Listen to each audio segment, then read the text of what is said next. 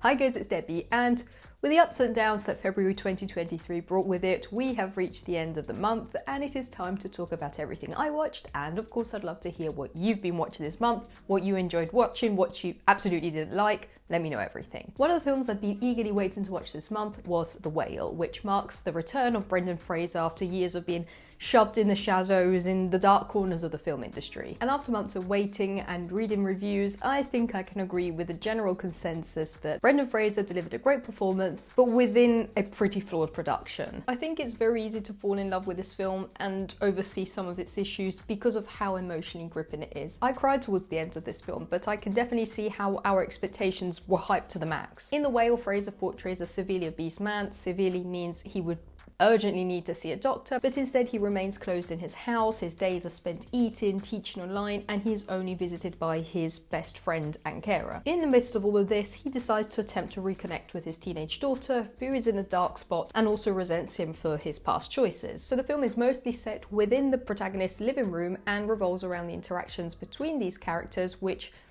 slowly uncover more about the protagonist. But the big problem was that while Brendan Fraser's performance was very touching, the others weren't on the same level, especially the daughter. I felt Sadie Sink's performance was stuck in that Stranger Things overacting mode, which just isn't realistic. So it is a good film, but not this phenomenal production we were all expecting it to be. Another film currently nominated at the Oscars is Everything Everywhere All at Once, which I decided to rewatch and for which I have the same opinion as the first time. I like this film. It's literally on the cover of my Best Films of 2022 video. I found it entertaining, quirky and funny, but also emotional. But I don't agree with this over-glorification of it as the most unconventional and best story to ever bless our eyes. People are treating it as if it were the best thing to ever crumb across our screens, and this says a lot about Hollywood. If people are offered the same repetitive content, it's not their fault that then something like Everything Everywhere All at Once feels like such a refreshing story. On the other hand, this doesn't mean that they need to defend it so defiantly as if Michelle Yeoh just delivered the performance of the century. And as a longtime fan of A24, remember, they are marketing geniuses, and that has been playing a very important role in the popularity of this film. Anyway, this is not the video to get in depth on that topic. It's still a good movie, and if you want to check it out, it's the story of a laundromat owner who is dragged into multiverse, which has to be saved from an evil entity. I then watched another Oscar-nominated film. It was the time to cross off the most titles of the list,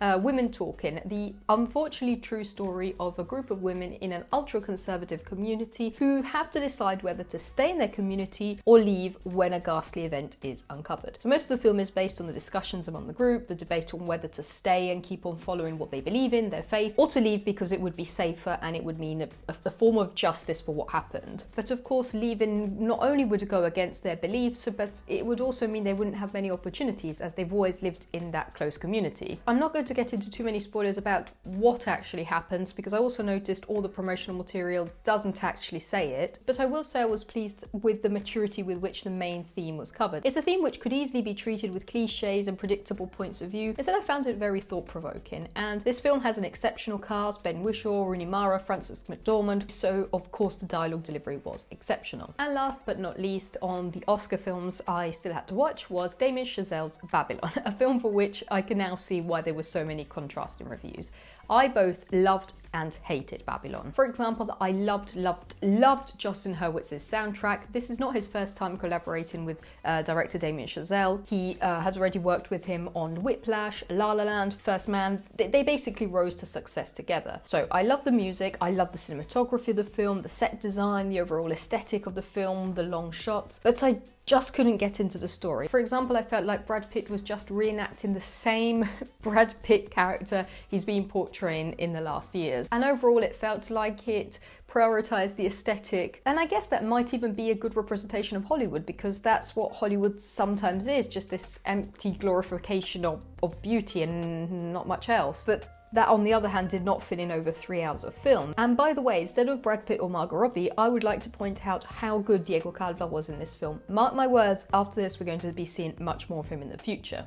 But let's move on to something I really enjoyed watching, otherwise it sounds like I'm just complaining. This month I loved watching Osama, a 2003 Afghan film, which is a rarity as the country hasn't produced that many films. Osama is set in an Afghanistan controlled by the Taliban and in which rights are greatly reduced and basically non-existent for women. We meet a family which is hit particularly bad by this, as all the men have died, and not being able to work, the 3 remaining women are left desperate and starving. To get back on their feet, they decide to disguise the youngest daughter as a boy so they can get some money from her working. But of course this is very dangerous, especially because she doesn't know how to interact in what are normal boy situations. I'm not talking of simple boy-to-boy interactions or try to hide more feminine traits such as a more high-pitched voice, but she literally has never been in male-dominated environments. For example, she never attended the men's prayer meetings. She doesn't know how to behave there. So throughout the whole film, the tension is so strong it's chilling to the bone. Every turn on the street could lead you to someone judging you literally to death. And it's incredible to think that the lead actress was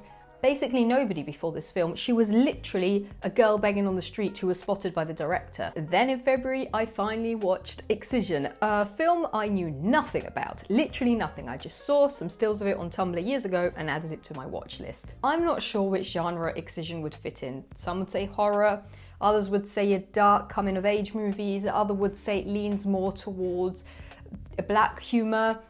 It's probably a mix of all three. The protagonist is a teenager who doesn't fit in school, she feels misunderstood at home, she is very clever, very precocious, but she is very blunt with what she thinks, often making people purposely avoid her. For example, her mother is always insisting on how disappointed she is with her daughter and how she would prefer her to be more like her other sister. And this weird situation is then enhanced by the fact that our protagonist constantly has visions, desires that involve blood and death. I will leave you with the mystery of what happens after that, but I'll just say I love this film. In February I watched another film which is very hard to fit in one specific genre box, as it isn't a horror, but it covers some topics which make the story horrifying. The film is called Soft and Quiet, and I'm going to be very careful about spoilers here, and I also think the trailer did a great job at not revealing what the actual premise of the story is. The film introduces a group of women who are getting together, they're forming a sort of club in which they discuss about something completely crazy. And while taken individually, they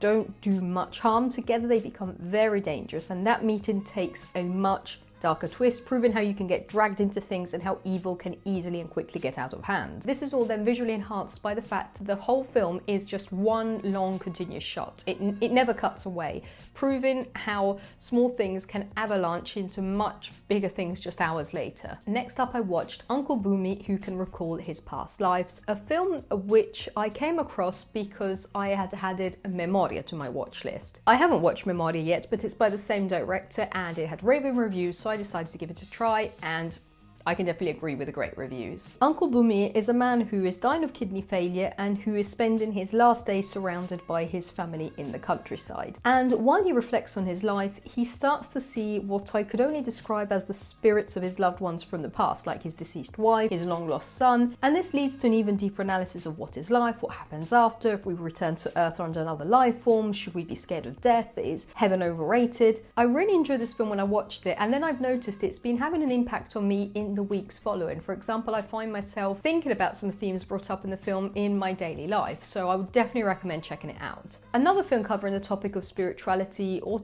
to better say the magical and mystical, is Yelena, a 1997 Malian film which translates to brightness. In this film, a man who has magical powers sets off on a long and dangerous journey to meet his uncle, all while his enemies are trying to track him down. This film is very visually striking, and also as a person who doesn't believe in magic in the slightest, I'm always in awe at seeing depictions of powerful spirituality and representations of people who do deeply believe in it. I then watched Baby Ruby, a horror film about a couple who, after the birth of their first baby, are struggling to adapt to that new life, especially because this baby always seems to be upset, always crying, with all the baby blues that come with that. Now, I said couple, but in reality the wife, Noemi Merlan, is the one struggling the most and the one we see the most in the film, while the husband, Kit Harington, is basically absent most of the time, and the little we see of him doesn't really help in building up a good character arc. So unfortunately, when we get into the thick of the story, the actual creepy parts of the scary moments, they don't really add up, they don't really convey much because the character setup is basically non-existent. I found it a very meh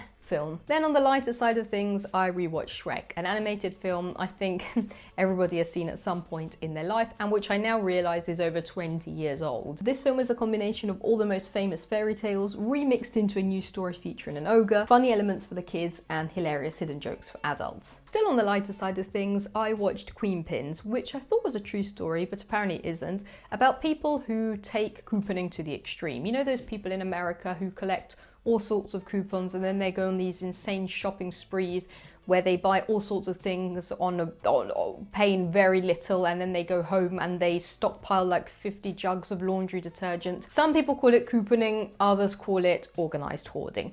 Anyway, in this film, two women who are really into couponing end up doing illegal business with these coupons until the FBI starts to figure out something fishy is going on and tries to track them down. This film isn't a masterpiece, it's just your average funny Vince Vaughn and Kristen Bell comedy. I also watched another comedy, The Beach Bum, which I wasn't expecting to be that emotional. This film features basically everybody you can think of. Snoop Dogg, Isla Fisher, Zac Efron, Jonah Hill, and all characters which are connected to Matthew McConaughey's protagonist, who is a poet, a perennially stoned poet, who is pretty well known in the Florida Keys party scene, but who is also losing his prime. He's one of those formerly famous weird people who still turn up at parties and people laugh at, but in a more of a compassionate manner. And the story covers his various relationships with the people surrounding him, while he is slowly losing that moment. And this film makes you wonder, what kind of character hasn't Matthew McConaughey portrayed yet? Now, before we move on with the full-length movies, as every month I watch my share of short films. I've been watching many of these animated short films because I love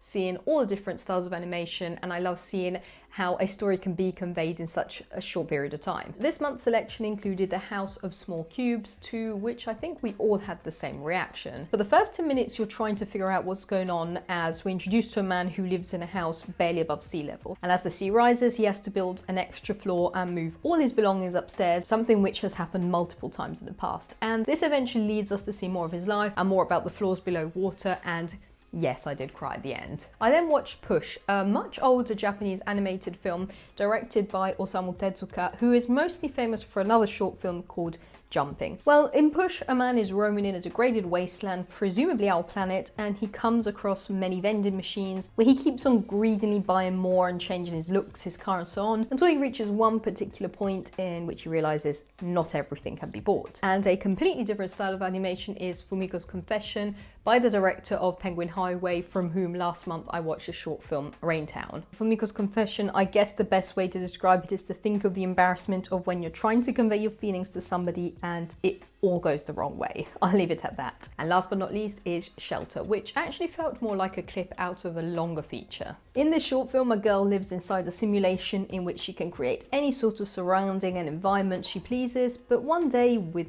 strong Black Mirror vibes, we find out more about this world. By the way, February was the month in which I hit 2,000 films on Letterboxd, which is insane. I did a poll on Instagram, you sent me a lot of suggestions about what I should watch for my 2000th film, but in the end I was very boring and I put my watch list into shuffle mode and picked the first one that came up, and that was Sid and Nancy, the tragic story of Sid Vicious from the Sex Pistols and his girlfriend Nancy. As a person who grew up listening to punk, I've always been aware, unfortunately, of how many artists gave punk a bad name because of their lifestyle. And in this case, this couple's life was plagued by drug abuse, death, illness, criminality, and it's incredibly sad to think that these people were barely 20 when they died. So yes, that was my 2000th film, and it was Gary Oldman's second film ever, and look where he is now, basically one of the best actors working at the moment and a muse for many other younger actors. Another film with a famous actor in his younger years is Primal Fear. I'd already watched it, I love it, I would absolutely recommend it. To give you an idea of how good this film is, this was Edward Norton's first film ever, and he was nominated for an Oscar for it. In this film, he portrays a very shy and quiet altar boy who is accused of a brutal murder. Richard Gere is his lawyer, trying to prove his innocence, while personally also trying to figure out if somebody like him could be capable of this. This reminds me of a much more recent series called Night Of, starring Riz Ahmed, in a similar situation as a quiet young man accused of a brutal murder with John Turturro as his lawyer. Also recommended. I then watched Daphne, an Italian film about a woman dealing with grief after the loss of her mother. Now, this film may be lacking astonishing acting, it may be lacking an incredible cinematography, but it definitely nails the realistic side of what goes on in a family after a personal loss and how you literally have to just get up and go to work and buy groceries. People are being kind to you, but at the same time, you know that they're only doing that because they know you feel sad and that's the thing they should do. That kind of film. Next up was When You Finish Saving the World, which I didn't know was directed by Jesse Eisenberg, and I watched it, found out, and thought, that explains a lot. If you're familiar with Jesse Eisenberg's acting, this film absolutely rides on the wave of that clever, witty, fast type of dialogue. I personally didn't think too much about this film. It wasn't a particularly memorable story. It's the story of a family in which all the members are slowly falling apart. They're constantly bickering and all focused on their own goals, losing sight of their unity as a family. For example, the mother is quite a workaholic and a very strict person. The son is obsessed with making music online where he has a large following, but he's also trying to impress a girl at school. The good note, the soundtrack was by Emile Mosseri, who I always enjoy listening to in the background of a film. In February, I also watched a Heath Ledger film I'd never seen, but which my boyfriend, who is a longtime fan of his, suggested, Two Hands, of which I was only familiar with these famous photos. I'm not sure in which genre Two Hands would fit. I guess it's a crime thriller, but it also has a supernatural element, a big romantic side, there's a lot of humour. I guess it's a mix of everything. And Heath Ledger portrays a young man who takes on a dangerous and illegal job to get some money, but this gets him into much more trouble than he expected. During this, he also meets and falls in love with Rose Byrne's character and ends up involving her into all of this mess. I absolutely love watching these lesser known films by great actors, and I am sure that if this was made in current days with somebody like Timothée Chalamet, it would be an indie hit. This month I also watched Infinity Pool, of which there is a full standalone review on my channel, so I won't get too in depth into it. But I was very curious about this film. As soon as I saw the bizarre trailer with Alexander Skarsgård and Mia Goth, I was sold. It's the story of a couple who spend their holiday in a beautiful but dangerous country where they get into huge trouble. Huge trouble meaning drugs, clones, death sentences, and anything you can think of. I actually didn't watch that many horror films this month. I think the only other one I watched was Possum, which had been on my watch list for quite a while. You know those lists of weird, bizarre films? Possum is always on there. So of course I was curious, and after watching it, I can agree, yes, it is weird. It's the story of a man who has a giant spider costume prop toy thing with him, which, don't ask me how, he used to entertain children. This spider is also a figure that has been tormenting him since he was a kid, and it's quite clear that he still has some issues with it. For example, he unsuccessfully tries to get rid of it multiple times, but it's always on his mind. And all of this is made even weirder by the fact that the dialogues are very limited and they're mostly with his nasty uncle set in nasty locations. I probably wouldn't rewatch this, but I'm happy I finally got round to watching it. In February, I also watched Alice Darling, in which Anna Kendrick is a woman stuck in a toxic relationship who spends a rare vacation at an isolated cabin with her friends, and once she's away from her partner, she starts to process everything about her relationship. She has to come to terms with how bad it is, while still of course denying it, and it's all just basically one big mess in her head. I personally have mixed feelings towards this film because on the one hand, it is not the usual cliche depiction of a toxic relationship in which the husband slaps the wife and orders her to cook dinner. Also, how she denies everything and how she behaves with her friends, cutting them off and treating them badly to defend her partner, is something I've seen happen in real life. On the other hand, the scenes with the friends often fall into cliches, so overall it's not this exceptional psychological drama. I then rewatched American Animals, a great film starring Evan Peters, and it's based on a true story about a group of friends who plan to commit a crazy type of crime. I'm not going to spoil the premise of the film. American Animals actually includes the real figures, the people from the real story, so we can see how they were acted out. And we also get their feedback on the story, which is fun because they often have completely different views on what's actually happened. As you know, I'm a great fan of Evan Peters, and I would definitely recommend this film. Next up for work, I had to watch the new film about Whitney Houston, I Want to Dance with Somebody.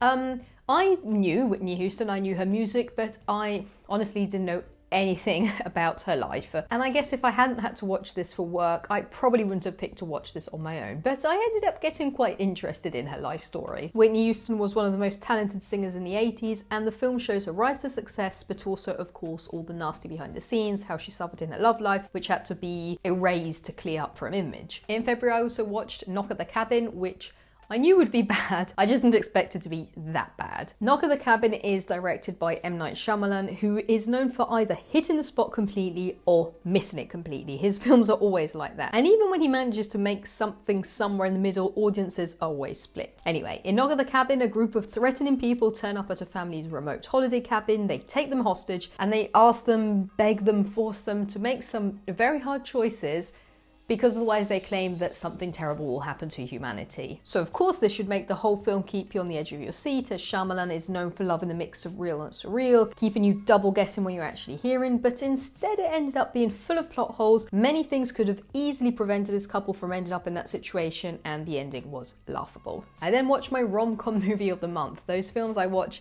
to cheer me up, and this month's film was Somebody I Used to Know, which I discovered basically half an hour ago was directed by Dave Franco. In this film, an overworked woman travels back to her hometown where, due to a series of misunderstandings, she ends up being invited to days of celebrations for her ex-boyfriend's wedding with a new woman. Of course, she still has feelings for him, and it's one awkward and funny situation after the other. I personally felt like this film was trying to give a vibe on the lines of Bridesmaids, which is absolutely hilarious. I guess it wasn't as bad as expected, but it was also extremely predictable. And of course, because my birthday is right at the end of February, on the 28th of February, I decided to celebrate watching Twilight. A film you know is my guilty pleasure. I've rewatched it so many times I can probably quote it off by heart.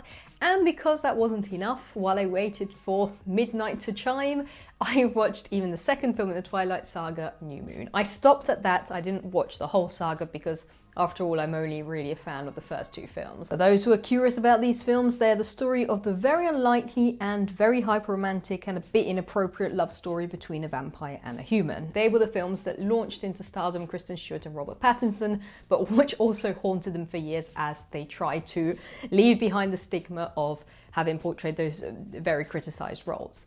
And with that, we reach the end of the month. Of course, I would now love to hear what you've been watching, what you loved watching, what you think of these titles I spoke about today. Let me know everything with a comment down below. I hope you enjoyed this video. If you did, make sure to subscribe, and I'll see you in the next one. Bye.